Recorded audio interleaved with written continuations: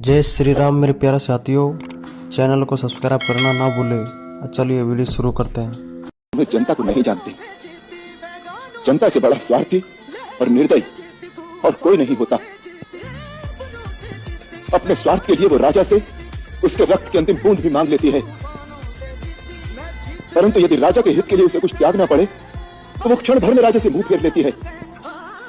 लोगों की बातें यदि राजा को सुननी पड़े तो वो न्याय ही नहीं कर सकता।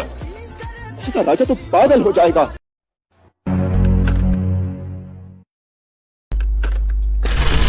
मैं नहीं दिखाऊंगा।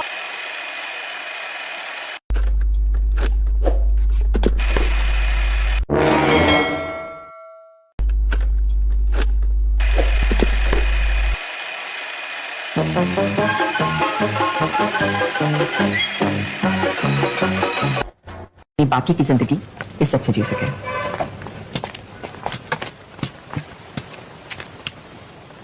जा रहा हूँ बस स्टॉप, वहां से सीधा बैंकॉक। सब मसाज करूंगा, थाइस। दारू नहीं रे बाबा, दवाई है। सैंडविच सब दबा भाई के पैर, बराबर दबाना है।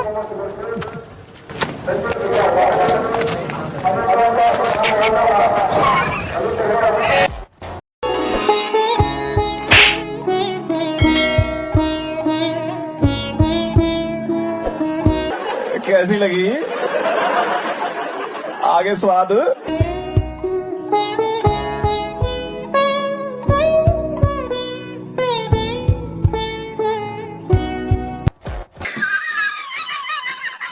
अल्लाह अकबर बोल करके ईंट पत्थर चलाएंगे। अल्लाह अकबर बोल करके ईंट पत्थर चलाएंगे। थूक कर सामान बेचेंगे और पहचान अपना छुपाएंगे। सुविधा चाहिए जोगी जी से, वोट देंगे टोटी चोर को। ई खेला चोलबो ना। हिंदुओं का ये कांवड़ यात्रा शुद्धता का प्रतीक है। हिंदुओं का ये कांवड़ यात्रा शुद्धता का प्रतीक है। रास्ते में अशुद्ध बना दो, काम ये बोलो ठीक है। क्यों? जहाँ लूट पड़े वहाँ टूट पड़ेंगे। जहाँ लूट पड़े वहाँ टूट पड़ेंगे। धार्मिक नारा लगाएंगे। थूक कर सामान बेचेंगे और पहचान अपना छुपाएंगे। अरे देवा, ये गड़बड़ है बाबा। जाति धर्म बताने में दिक्कत क्या है बोलो ना। बहुत सुंदर, बहुत सुंदर। कोई कहीं खरीद सकता है, इस पर भी मुंह खोलो ना।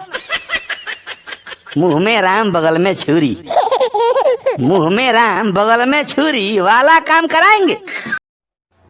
में से लोगों बच्चों को यहाँ भेजते हैं, दिल्ली में भेजते हैं ताकि तैयारी करें, प्रतियोगी परीक्षाओं की कोचिंग लें और जिंदगी को में आगे बढ़ें। उनकी जिंदगी यूं बीच में खत्म हो जाए, वो भी इसलिए कि गैर जिम्मेदाराना एनसीडी है, गैर जिम्मेदाराना सरकार है। ये अच्छी बात नहीं है। मैं फिर कह रहा हूं सनातनियों से, जातियों के चक्कर में मत पड़ो, वरना आने वाली पीढ़ी तुम्हारी दुख भोगेगी। चाहे कोई हो, ब्राह्मण हो, क्षत्रिय हो, वैश्य हो, चतुर्वर्ग हो, कोई क्यों ना हो, जो जाति की चर्चा करेगा वो इस देश का बंटवारा करने जैसा है। देश का सबसे यही नहीं, अभी और सुनिए, बड़ा नुकसान होगा। तुम किसी भी जाति में जन्म ले लो, अगर तुम्हारा कर्म अच्छा नहीं है तो तुम कहीं भी न प्रशंसनीय हो न सम्माननीय हो।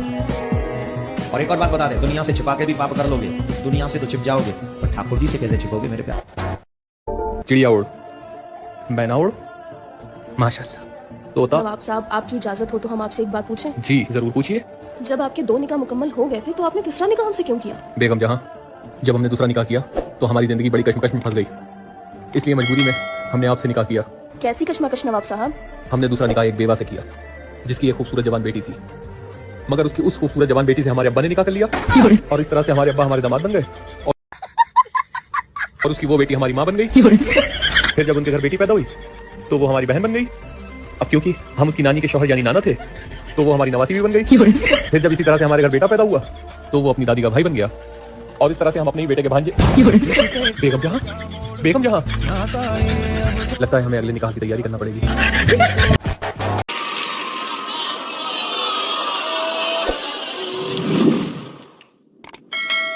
म्यूजिक। जब से मैं पैदा हुआ हूं 1970 जून 19, तब से मैं सिस्टम के अंदर बैठा। मैं सिस्टम को अंदर से समझता हूं। मुझसे आप सिस्टम नहीं छुपा सकते। कैसे चलता है, किसको फेवर करता है, किस प्रकार से फेवर करता है, किसकी रक्षा करता है, किसको अटैक करता है, ये सब मुझे मालूम है, दिखता है कि मैं उसके अंदर से आया। प्राइम मिनिस्टर हाउस में जब दादी प्राइम मिनिस्टर थी तब था, पापा थे, मनमोहन सिंह जी थे, तब भी मैं जाता था, तो मुझे सिस्टम अंदर से मालूम। और मैं आपको कह रहा हूं system is aligned against lower caste, मतलब भयंकर तरीके से। तो साहब माननीय राहुल गांधी जी ने आज मान लिया कि इस देश में आर्थिक, सामाजिक और जातीय भेदभाव इनकी दादी जी के घर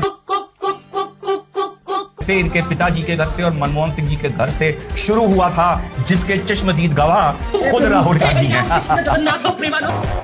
हिंदुस्तान का जो हलवा है 20 लोगों ने बांटने का काम किया है। हिंदुस्तान का जो हलवा है 20 लोगों ने बांटने का काम किया है। अरे कहना क्या चाहते हो? ये केवल एक विषय नहीं है इलीगल बिल्डिंग। हम तो यूपी से अध्यक्ष जी देख रहे हैं, जहां इलीगल बिल्डिंग बनती है वहां बुलडोजर चलता है। क्या देखिए सरकार बुलडोजर चलाएगी कि नहीं चलाएगी? यूएपीए का खेल शुरू हो गया। इसके दुरुपयोग पर अदालतों की तमाम टिप्पणियां भरी पड़ी हैं और हम इस वीडियो में बताएंगे भी। लेकिन इसके बाद भी अरुंधति रॉय और डॉक्टर शौकत हुसैन के खिलाफ यूएपीए के तहत मुकदमा चलाने की अनुमति देकर सरकार फिर से अपने पुराने खेल में उतर आई है। 14 साल पुराने मामले में एक लेखिका के खिलाफ इस कानून की धाराओं का इस्तेमाल करना बता रहा है कि अरुंधति रॉय के प्रति स्टेट और स्टेट का राग अलापने वाली मीडिया की सोच न बदली है न बदलेगी। सैकड़ों चैनलों और अखबारों में लिखे जा रहे एक एक शब्दों को गुलाम बनाने के बाद भी उसे कुछ आजाद शब्दों से, चेहरों से इतनी नफरत है कि उनका लिखा जाना, उनका बोला जाना उसे आतंकवाद नजर आता है। And very aggressively he said, "Madam, is Kashmir an integral part of India or not? Is Kashmir an integral part of India or not?" About 5 times. So I said, "Look, Kashmir has never been an integral part of India."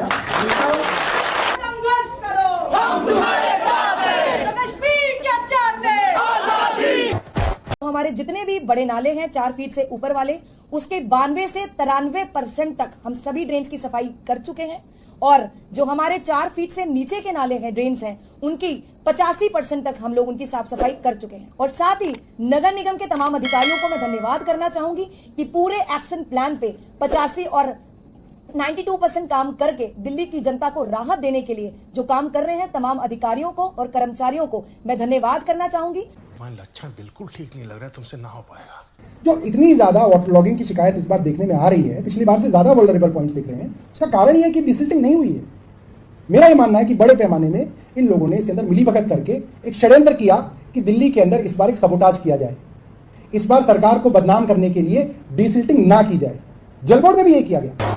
Tomorrow only 4 seats are left and they are flying it for 19,000. And on August 31st, they have got 9 seats left and they are charging 77,000, sir. Sir, how can they come home? How can they go back to their work? They all are not rich people who are abundant in resources, sir. Most of them are normal laborers, sir, who work for a flat salary. अभी बदत है भाई, अभी बदत है। अभी तूने गाड़ में उंगली किया ना, अभी बदत है।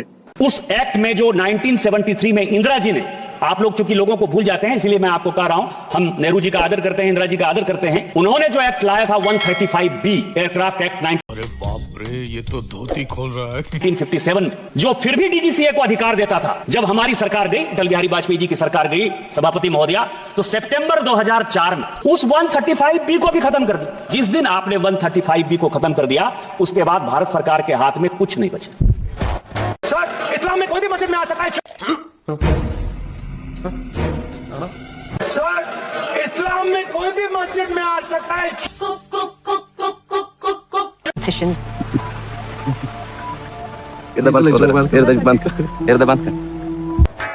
अजीब दस्तूर है मेरे देश के चमचों का गालिब कि अगर हम देश हित की बात करें, राष्ट्रवाद की बात करें तो हम अंधभक्त, हम अगर धर्म की बात करें, सनातन की बात करें तो हम गोबर भक्त, हम अगर भ्रष्ट नेताओं के काले कारनामों की बात करें, देश में छुपे हुए गद्दारों की पोल खोले तो हम बीजेपी के आईटी सेल वाले। मतलब कुल मिलाकर अगर हम उनके हिसाब से बातें ना करें तो हम अनपढ़ गवार व्हाट्सएप यूनिवर्सिटी वाले और ना जाने क्या क्या बना दिए जाते हैं। तो चलिए आज मैं ऐसे लोगों से कुछ सवाल पूछता हूं। अगर किसी भी चाटुकार ने एक भी सवाल का सही जवाब दे दिया तो आपके सारे दिए टैग सराखों पर। पहला सवाल, आजादी के लिए फांसी पर चढ़ने वाले किसी भी 3 कांग्रेसी का नाम बता दीजिए। सवाल नंबर दूसरा, भारत माता की जय, वंदे मातरम या फिर हिंदुस्तान जिंदा बोलते हुए नेहरू गांधी खानदान का कोई भी एक वीडियो दिखा दीजिए। सवाल नंबर तीसरा, धर्मांतरण का विरोध करते हुए किसी भी कांग्रेसी या फिर सेकुलर पार्टियों का एक भी कार्यक्रम या फिर लव जिहाद का विरोध करते हुए किसी भी नेता का एक भाषण सुना दीजिए। सवाल नंबर 14, गौहत्या का विरोध करते हुए कांग्रेस या फिर किसी सेकुलर पार्टी का कोई भी एक कार्यक्रम बता दीजिए या फिर रोहिंग्या बांग्लादेशियों की घुसपैठ का विरोध करते हुए कोई भी भाषण सुना दीजिए। सवाल नंबर 5वां, आतंकवादियों के द्वारा मारे गए किसी भी हिंदू की मौत का मातम मनाते हुए कांग्रेसी या फिर सेकुलर पार्टियों का कोई भी कार्यक्रम या फिर जिहादियों के द्वारा देश के अंदर मचाए गए किसी भी आतंक के विरोध में कोई भाषण सुना दीजिए। इन 5 में से किसी भी एक सवाल का जवाब दे दीजिए और फिर जो कहना है दिल खोल कर कहिए। लेकिन याद रहे कि सिर्फ जवाब दीजिएगा, सवाल के जवाब में सवाल मत कीजिएगा। जय मैं वैसे तो एक और आपके सामने फैक्ट रखना चाहूंगा, हो सकता है कि मेरे विरोधियों को इस बात के ऊपर बहुत आपत्ति हो, इन्होंने कई और मदों में कई गुने खर्चा बढ़ाया है। 2012-13 में वक्फ बोर्ड को 1.25 करोड़ रुपए देते थे, अब 71 करोड़ रुपए दे रहे हैं, वहां 70 गुना बढ़ा दिया है। मगर मैं पूछना चाहता हूं कि इन चीजों की सफाई के लिए, कंस्ट्रक्शन के लिए कितना गुना पैसा बढ़ाया है, इस बारे में जानकारी दें। यह दर्शाता है कि जांच हो, धन का आवंटन हो, उसके ऊपर निगरानी रखनी हो या उसके ऊपर बयान देना हो, किसी भी प्रकार की कोई संवेदना नजर नहीं आती। और फिर मैं यह भी कहना चाहूंगा कि इतनी बड़ी घटना हो गई, मगर दिल्ली के माननीय मुख्यमंत्री जो विशेष परिस्थितियों में, विशेष स्थिति में हैं, उनकी तरफ से कोई इस प्रकार का सब्सटेंटिव बयान आया ही नहीं। अरे कम से कम संवेदना व्यक्त करते, एक जांच इंक्वायरी सेटअप करते, वो ये कहते, ये बयान देते जो कह रहे थे कि मैं तो वहां से बैठकर दिल्ली के लोगों के लिए सदैव मेरा दिल धड़क रहा है, मैं तो दिल्ली के लोगों के बारे में ही सोचता रहता हूं। इतनी बड़ी घटना हो गई और उनकी सोच की कोई एक झलक हमें दिखाई नहीं पड़ी। उल्टा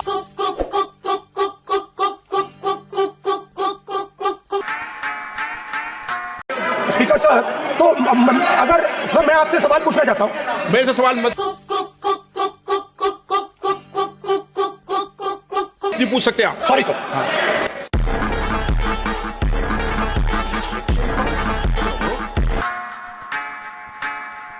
नाम नहीं बताएंगे, पहचान नहीं बताएंगे, चेहरा भी छिपाएंगे, ऑनेस्टी भी नहीं दिखाएंगे और सवाल उठाओगे तो फतवा भी लगाएंगे और फिर कहेंगे हम पे अत्याचार हो रहा है।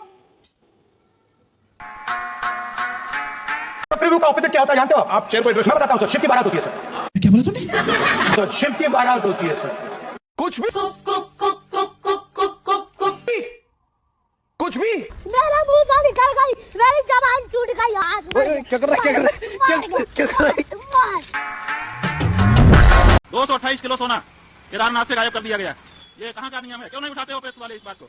आज तक कोई जांच तक नहीं बैठाई गई। 228 किलो सोना का घोटाला केदारनाथ में हो गया। अच्छा शंकराचार्य जी, आपने केदारनाथ मंदिर में 228 किलो सोना चोरी होने का बड़ा आरोप लगाया। मंदिर कमेटी के लोगों का कहना है कि आपको सोने और पीतल में क्या फर्क नहीं पता है। किस तरह की बेबुनियाद आरोप? देखिए, बात यह है कि मंदिर कमेटी जो आरोप लगा रही है वो आरोप हम पे लगता नहीं। इसलिए नहीं लगता है कि हमने अपने से कोई बात कही नहीं है।